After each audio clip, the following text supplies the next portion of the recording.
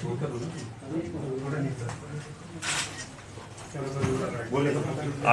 रिया की तरफ से एक मुंबई पुलिस, बांद्रा पुलिस को एक कंप्लेंट दी गई है।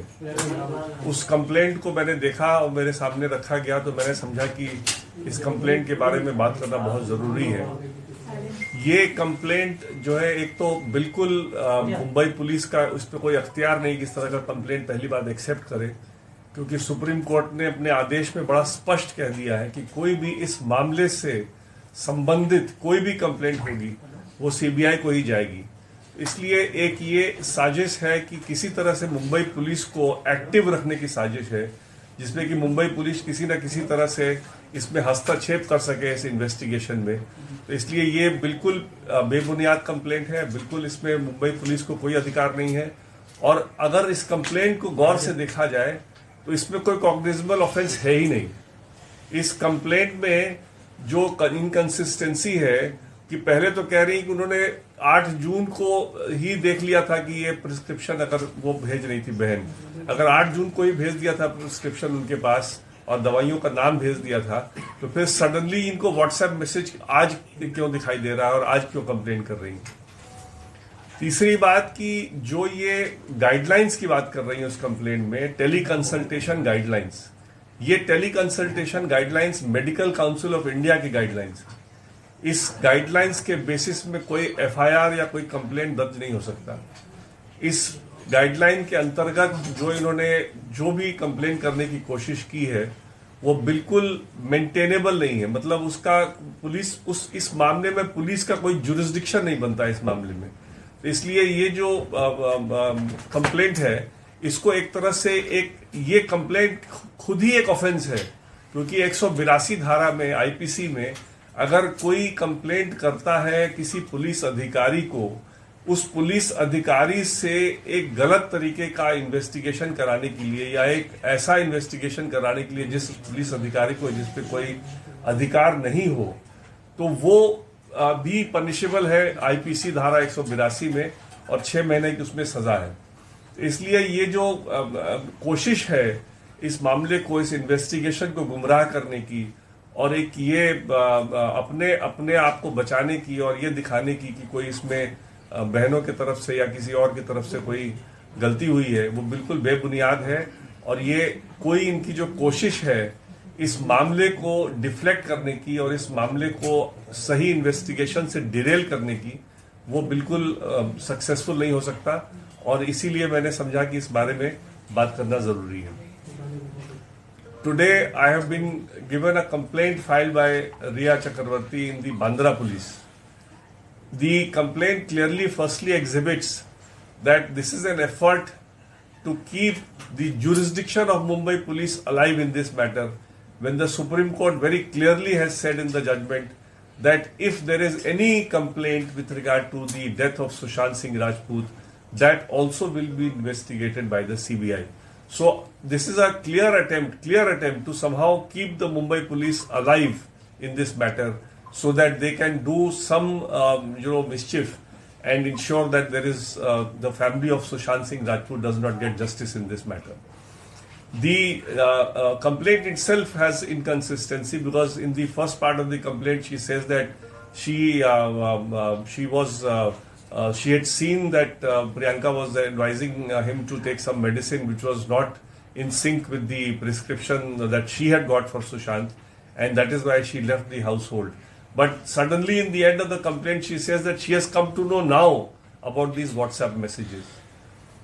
Lastly, this is not a cognizable offense at all for the police to even accept this complaint. This complaint should not have been even accepted by the police, because for any complaint to be accepted by the police, it has to disclose the commission of a cognizable offense. Firstly, this is not an offense at all. This is at best the tele-consultation guideline of the Medical Council of India. And Medical Council of India, and this complaint made to the police clearly is without jurisdiction, because the police has no right to decide whether the tele-consultation guideline has been properly adhered to or not. So in that sense also this complaint is clearly without jurisdiction and without any basis.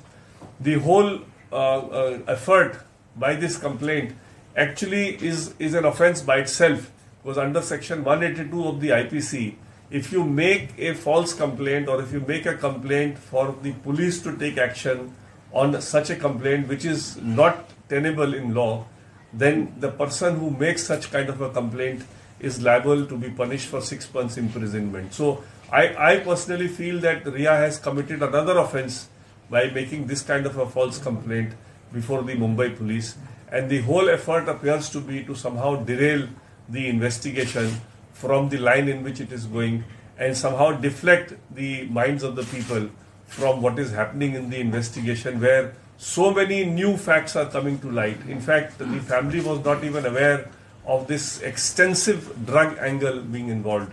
And I don't want to comment on this because it is still ongoing. But very soon we are quite hopeful that the entire conspiracy in this very heinous crime will come out, and the accused persons will be sort of properly charge sheeted and will be made to face the law. Thank you. Sir अपने complaint के साथ Bandra police station में ही मौजूद है, तो जिस तरीके से आप कह रहे हैं कि मुंबई पुलिस को कोई अधिकार नहीं है और ना ही हस्तक्षेप करना चाहिए, तो अभी वहां बैठने का क्या मकसद हो सकता है? देखिए, अगर बांद्रा पुलिस इस कंप्लेंट को एक्सेप्ट करती है तो वो सुप्रीम कोर्ट के ऑर्डर का उल्लंघन होगा और वो कंटेम्प्ट ऑफ कोर्ट होगा। और अगर बांद्रा पुलिस अगर इसको आगे बढ़ाना चाहेगी तो हम कंटेम्प्ट ऑफ कोर्ट लगा करके सुप्रीम कोर्ट में इस मामले को आगे बढ़ाएंगे और इंश्योर करेंगे कि इस तरह से जो ये मामले को एक डाइवर्ट करने की कोशिश की जा रही है उसको हम सफल ना होने दें।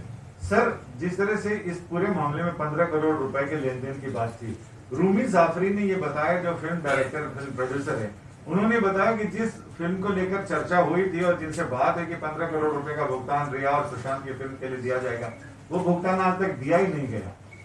देखिए, ये सारे मामले इन्वेस्टिगेशन के हैं और आप लोग को मैंने पहले भी कहा है कि जो इन्वेस्टिगेशन के मामले हैं उसमें मेरा बोलना बिल्कुल भी ठीक नहीं है, क्योंकि मामला अभी बहुत ही आगे बढ़ चुका है इन्वेस्टिगेशन, और हम लोग उम्मीद कर रहे हैं कि जल्दी से जल्दी इसमें खुलासा होगा और चार्जशीट फाइल होगी और पता चलेगा कि किस तरह से मनी ट्रेल अगर गया है तो कैसे गया है और क्या माध्यम था उस मनी ट्रेल को निकलने का।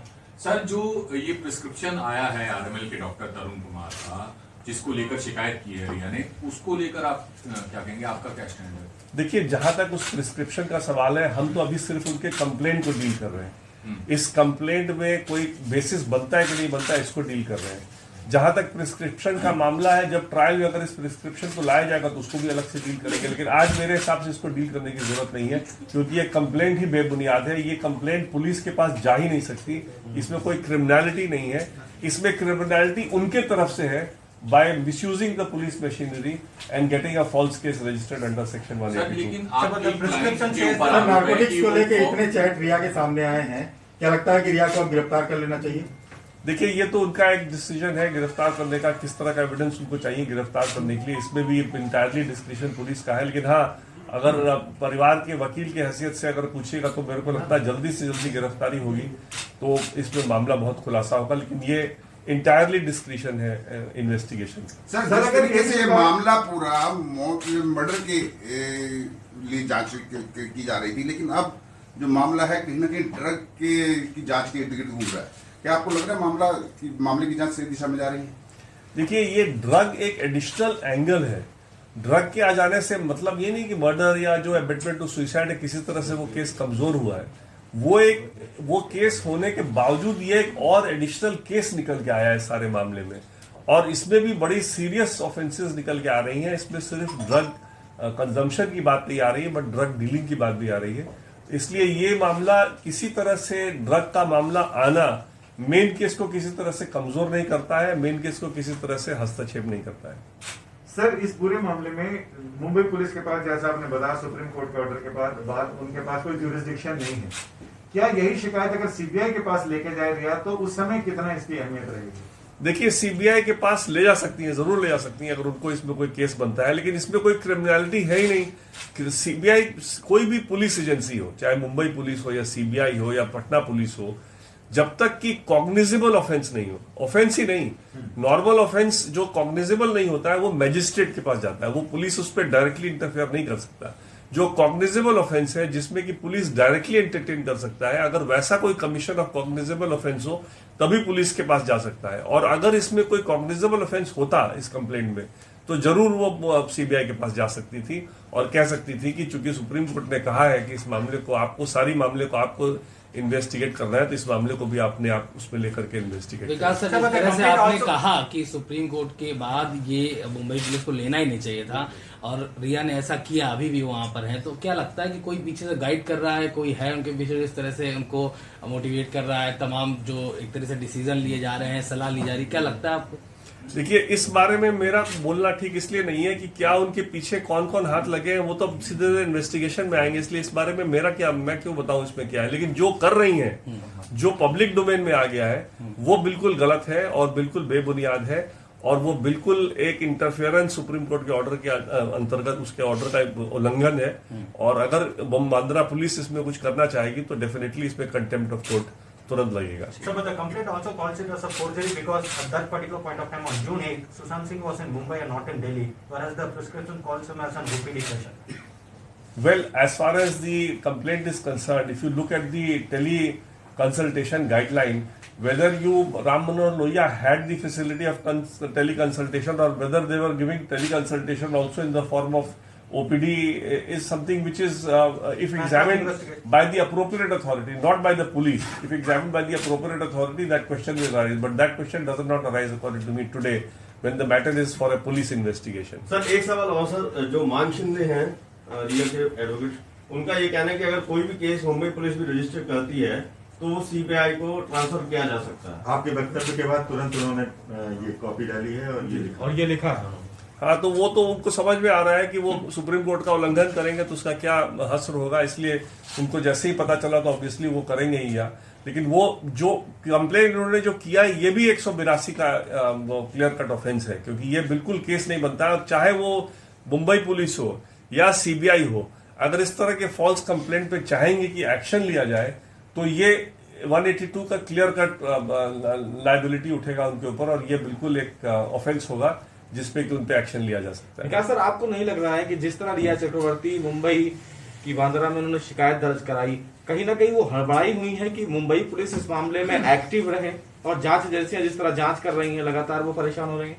देखिए, इसमें तो कोई दो राय नहीं है। हमारा शुरू से यह मानना है कि मुंबई पुलिस कहीं ना कहीं इनके तरफ बहुत ज्यादा सॉफ्ट रहा है, इनको कहीं ना कहीं इनको वहां से सहयोग है या इनको एक अश्योरेंस है कि मामला इनकी तरफ नहीं जाएगा, इसलिए बार बार कोई मौका खोज करके ये मुंबई पुलिस में एक उनका जबरदस्ती जुरिस्डिक्शन बनाने की कोशिश कर रही है, जो कि जुरिस्डिक्शन आज के दिन में किसी हाल में नहीं बनता है सुप्रीम कोर्ट के इतने स्पष्ट निर्णय के बाद। धन्यवाद। ठीक है।